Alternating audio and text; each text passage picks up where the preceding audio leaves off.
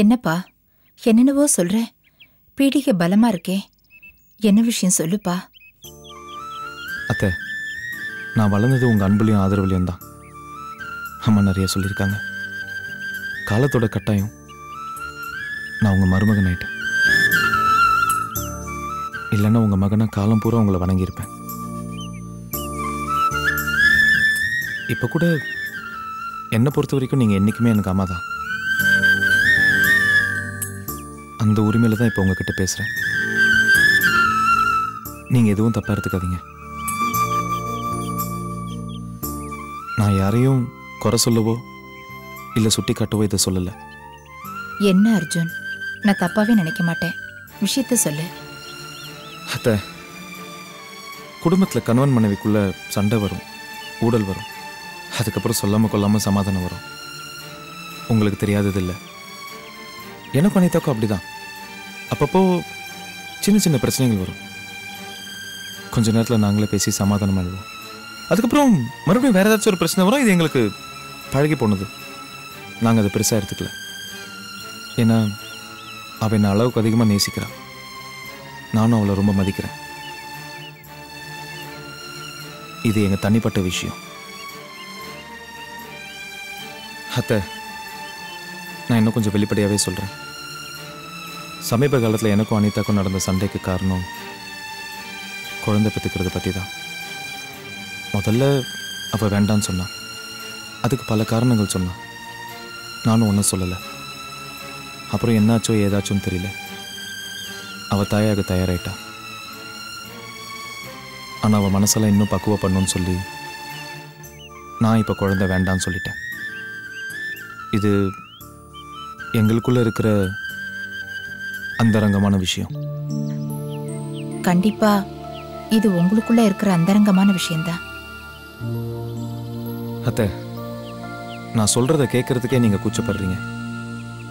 அது உங்க பண்பாடு. இந்த விஷயம் நியாயமா எனக்கும் அனிதாக்கும் மட்டும்தான் தெரிஞ்சிருக்கணும். இல்ல எங்க அப்பா அம்மா வரைக்கும் கூட தெரிஞ்சிருக்கலாம், தப்பு இல்லை. ஆனா அனிதா உங்க வீட்டு மூத்த மருமக அபிராமி அக்கா கிட்ட போய் இந்த விஷயத்த சொல்லியிருக்கிறான். அண்ணி அம்மாவை நினைச்சு கூட அவ சொல்லியிருக்கலாம். அது கூட தப்பு இல்லை. ஏதோ பொம்பளைக்கு பொம்பளை பேசிக்கிட்டாங்க. ஆனா அந்த விஷயம் அதோட நிக்கணும் இல்லை.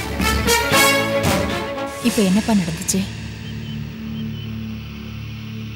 நடந்துச்சத்த அபிராமி அக்கா என்ன தனியா வெளியில பார்த்து கிண்டலா கேவலமா பேசினாங்க. என்கிட்ட எதெல்லாம் பேசக்கூடாதோ அதெல்லாம் பேசினாங்க. இதெல்லாம் அவங்க பேச வேண்டிய அவசியமே இல்லை. அனிதாவை பெற்றவங்க நீங்க என்ன வேணாலும் கேள்வி கேட்கலாம். ஆனா கேள்வி கேட்க அவங்க யாரு? அக்காங்கிற உரிமையில பேசினாங்களோ இல்லை என்ன சீண்டி பார்க்கணும்னு நினைச்சாங்களோ? என் மனசு ரொம்ப சங்கடப்பட்டுருச்சு. அத்தை, இப்ப கூட நான் அவங்கள குறையா சொல்லலை. ஆனா இதுக்கு மேல அபிராமி அக்கா என் விஷயத்துல மூக்க நுழைக்க கூடாது. இந்த விஷயத்தை நீங்களே அவங்க கிட்ட சொல்லுங்க. இல்ல நான் சொல்ல வேண்டியிருக்கும். நீ இந்த அளவுக்கு வருத்தப்படுறன்னா அவ செஞ்சது தப்புதான். நீ வருத்தப்படாதப்பா, நான் பாத்துக்கிறேன். தேங்க்ஸ் அத்தை, நான் வரேன்.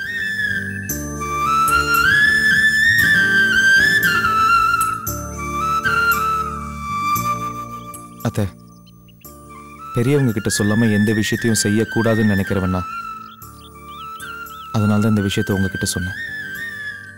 ஒரு தாயா இருந்து நீங்க செய்ய வேண்டியதை செய்வீங்கன்னு நான் நம்புறேன்.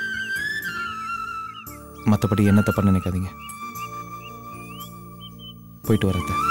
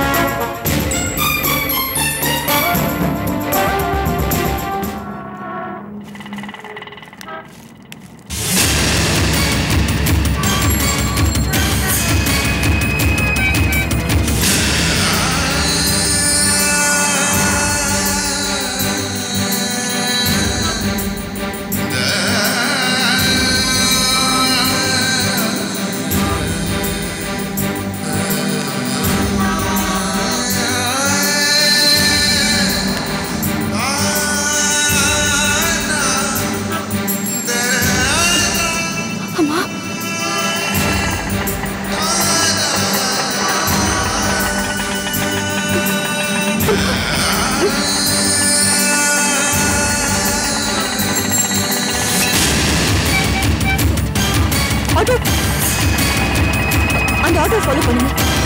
அது அந்த பக்கம் போகுது. சீக்கிரம்.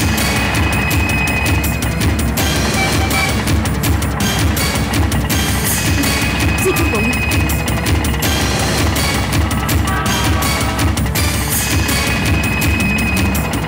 அங்க போயிட்டு இருக்கேன், அந்த ஆட்டோ தான். சீக்கிரம் ஓவர்டேக் பண்ணுங்க.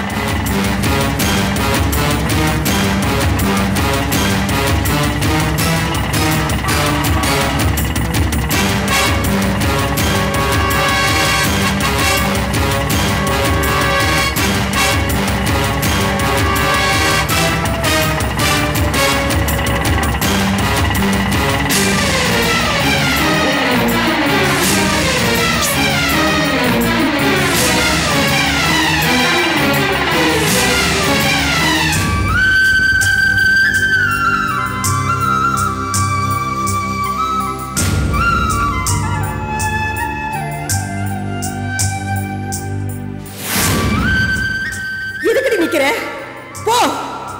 நான் உனக்கு அம்மாவும் இல்ல, நீ எனக்கு பொண்ணும் இல்ல. நான் செத்தா கூட நீ வந்து என்ன பார்க்க கூடாது. போடி.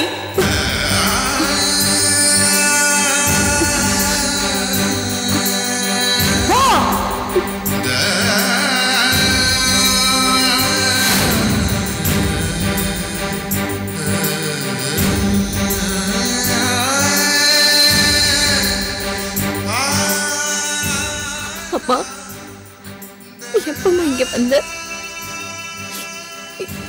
என் மேல இருக்கிற கோவம் இன்னும் போலியம்மா? இங்க இருந்தோம் என்ன பார்க்காமலே இருக்கேம்மா.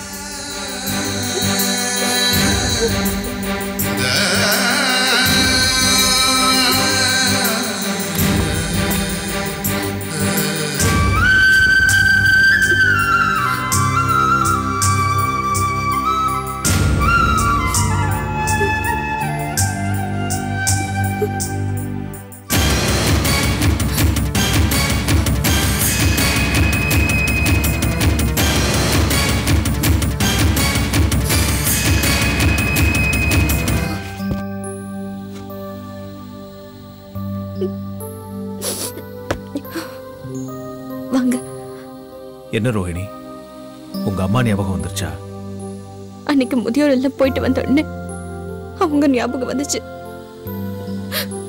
இப்ப அவங்கள பார்த்ததும் ஞாபகம் அதிகமாயிடுச்சு. என்ன சொல்ற? ஆமாங்க, அம்மாவை பார்த்து ரோட்ல பார்த்தங்க. அவங்கள கிட்ட போய் பார்த்து பேசலான்னா அதுக்குள்ள வண்டிங்க கிராஸ் பண்ணிடுச்சு. நான் கிராஸ் பண்ணி போய் பார்த்தப்போ அவங்களுக்கு காணும். எங்க போனாங்கன்னு தெரியல. அப்ப இருந்து மனசே சரியில்லைங்க. ரோஹிணி, உனக்கு உங்க அம்மா ஞாபகம் வந்துருச்சு. அதனால நீ யாரை பார்த்தாலும் உங்க அம்மா மாதிரியே உனக்கு தெரியுது. நீ ஃபிக்ஷன்ல இருக்க. இல்லைங்க, நான் அம்மாவை தான் பார்த்தேன். என்ன நம்புங்க, அது எங்க அம்மாவே தான். ஓகே ஓகே ஓகே, நீ உங்க அம்மாவை பார்த்த. அவங்க இங்கதான் இருக்காங்க. கவலையப்படாத, கண்டிப்பா கண்டுபிடிச்சிடலாம். அம்மாவை பார்த்ததுல இருந்து அம்மா என் கூடவே இருக்கணும் போல இருக்குங்க. ரோஹிணி, இந்த மாதிரி நேரத்துல நீ ஃபீல் பண்ணக்கூடாது. நான் சொல்ல வேண்டியதில்லை, உனக்கே தெரியும். ஓகே? அம்மா கண்டிப்பா வருவாங்கல்ல?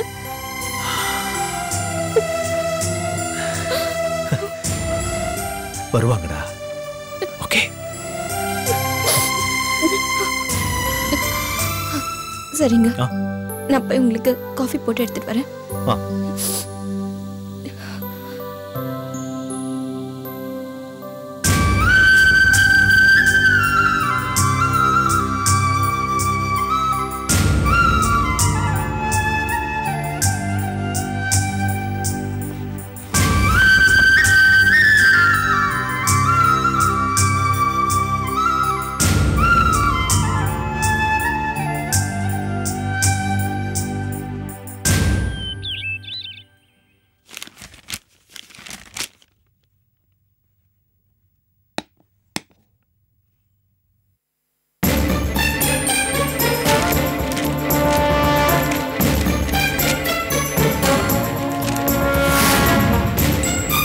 அபிராமி என்னை தனியாக வெளியில் பார்த்து கிண்டலாக கேவலமாக பேசணும்.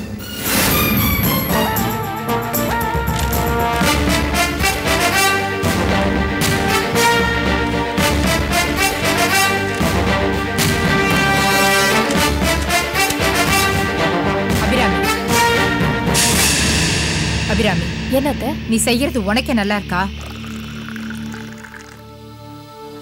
ஏன் இப்படி கோவமா பேசுறீங்க? தலை இல்லாம வால் இல்லாம கேள்வி கேக்குறீங்க. எதுவா இருந்தாலும் நேரடியா கேளுங்க. உனக்கு தெரியாதுன்னா பரவாயில்ல, எல்லாம் தெரிஞ்சு நீ எப்படி பண்ணலாமா? நான் என்ன பண்ணேன்? அனிதா வந்து உன்னை பார்த்தாளா? அப்பப்ப பாப்பா பேசுவா. நீ அவகிட்ட பேசலாம். அவ வந்து உன்னை வீட்டுல பார்க்கலாம், இல்ல வெளியில பார்க்கலாம், அது பரவாயில்ல. உன்னால முடிஞ்சா அவளுக்கு புத்திமதி சொல்லு, இல்ல சொல்லாம இரு. ஆனா பெண்களுக்குள்ள பேசிக்கிட்ட விஷயத்த நீ அர்ஜுனை பத்தி சொல்லிருக்கியே, அது தப்பு இல்லையா? என்னத்த இப்படி கேக்குறீங்க? வேற எப்படி கேக்குறது? அனிதா உங்ககிட்ட அண்ணிங்கிற முறையில பேசலாம், நீ அவகிட்ட நாத்தனார்ன்ற முறையில பேசியிருக்கலாம். இது பொம்பளைக்கு சமாச்சாரம். இது எப்படி நீ அர்ஜுன் கிட்ட கொண்டு போகலாம்? ராஜேஸ்வரி,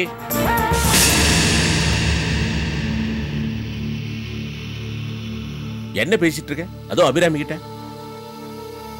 என்னங்க, என்ன கொஞ்சம் பேச விடுங்க. நடந்தது என்னன்னு உங்களுக்கு தெரியாது. அபிராமி, நீ அர்ஜுனை பார்த்திருக்க, பேசியிருக்க, அதுவும் சாதாரண விஷயம் இல்ல.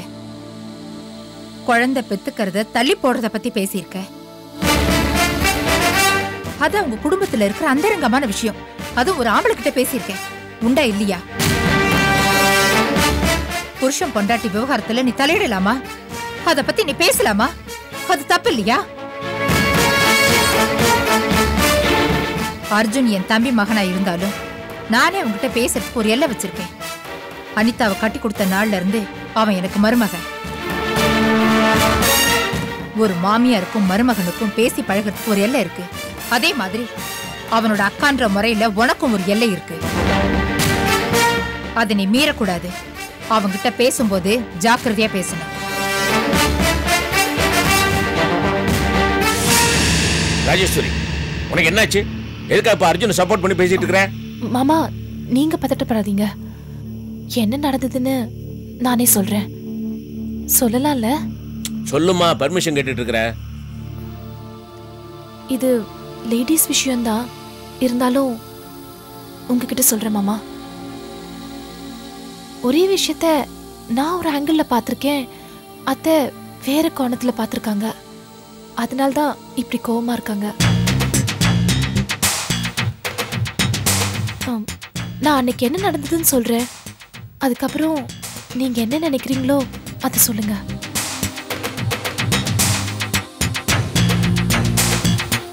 இது வரைக்கும் எப்படின்னு தெரியல. இப்போ அனிதா ஒரு குழந்தைக்கு தாயாகிறதுக்கு தயாரா இருக்கா. ஆனா அர்ஜுன் தயாரா இல்ல. ஏனா அவங்க ரெண்டு பேருக்குள்ள ஏதோ மனஸ்தாபம். இந்த மாதிரி ஒரு சிச்சுவேஷன்ல அனிதா இது யார்கிட்ட சொல்லுவா? பிறந்த வீட்டுல தானே சொல்லுவா. பிறந்த வீட்டுல நான் இருக்கிறதுனால அவ என்கிட்ட சொன்னா. நானும் அவ சொன்ன உடனே வண்டி எடுத்துட்டு போய் அர்ஜுன் கிட்ட கேட்கல. தற்செயலா அவரை பார்த்தேன், பார்த்தப்ப பேசினேன். நான் அவர்கிட்ட தப்பா எதுவுமே கேட்கல. எனக்கும் கொஞ்சம் நாசுக்கு நாகரிகெல்லாம் தெரியும்.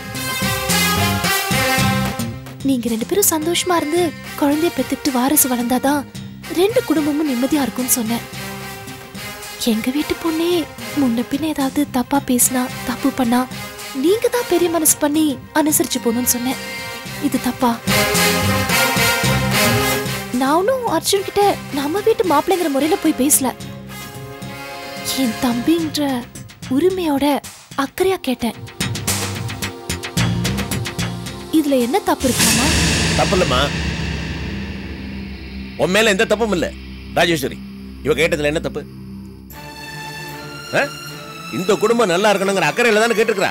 அதை கேட்க அவளுக்கு உரிமை இல்லையா? அது யார்கிட்ட கேட்டா? தம்பி கிட்ட தானே கேட்டா. நீ அபிராமியும் புரிஞ்சுக்கல, அந்த முரட்ட போய் அர்ஜுனையும் புரிஞ்சுக்கல. என்னைக்கு அவன் நல்லா பேச நடந்துட்டு இருக்கிறான், இன்னைக்கு பேச எனக்கு அவன் ஆரம்பத்துல பிடிக்காது. ஏதோ பொண்ணு ஆசைப்பட்டாலுங்கிறதுக்காக கட்டி வச்சேன். அந்த தலைகணம் பிடிச்ச தருதலை போய் ஏதோ போட்டு கொடுத்தானா அதை நம்பிட்டு வந்து பேசிட்டு இருக்கிறிய. என்ன வார்த்தைங்க இது போட்டு கொடுக்கறது? அர்ஜுனோட குடும்ப வாழ்க்கையில தலையிடுறதுக்கு உங்களுக்கும் எனக்குமே உரிமை இல்ல. அபிராமி எப்படி தலையிடலாம்? அபிராமி தலையிடுறத அவனை விரும்பல, எனக்கும் பிடிக்கல. ஒன்ன சொல்லி குத்தமில்ல. அந்த பையன் தூபம் போட்டு மனசை மாத்திவிட்டான். அவனை கண்டிக்கவும் வழி இல்ல. மாப்பிள்ளையா போய் தொலைச்சுட்டான். ஒன்ன நல்லா புரிஞ்சுக்குமா, இந்த அபிராமி நம்ம வீட்டு மருமவ. இந்த வீட்டுக்கு நல்லதுதான் அவன் நினைப்பா. அதனால இதை பெருசு பண்ண இந்த மேட்டர் இதோட விடு.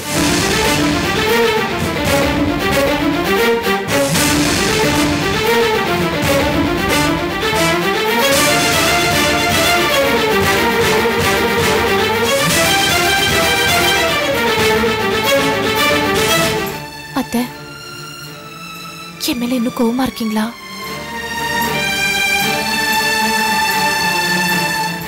அத்தை, ஒரு விஷயம் நீங்க ஞாபகம் வச்சுக்கோங்க. நான் வெறும் 3வது மனுஷியா பேருக்கு இந்த வீட்டுக்கு மருமகளா இருந்து என் கடமையை மட்டும் நினைச்சிருந்தேன்னா என் புருஷனை மட்டும் கவனிச்சுட்டு நான் ஒதுங்கி இருக்கலாம். ஆனா நான் அப்படி இல்லை. என் 2 நாத்தனாரையும் என் சொந்த தங்கச்சியா நினைக்கிறேன், மதிக்கிறேன். நான் இந்த குடும்பத்து மேல என் உயிரை வச்சிருக்கேன். இந்த குடும்பம் தான் என் வாழ்க்கை. அத்தை,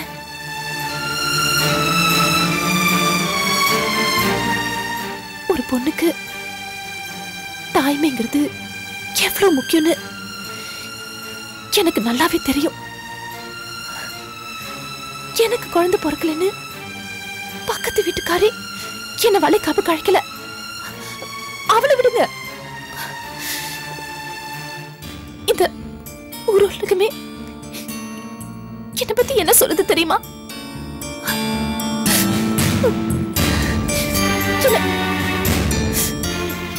மல்லடின்னு சொல்றாங்க. இல்ல இல்ல, உனக்கு குழந்தை பிறக்குமா? கண்டிப்பா பிறக்கும். என்ன அப்பான்னு கூப்பிட ஒரு குழந்தைய அபிராமியால பெத்து தர முடியாது.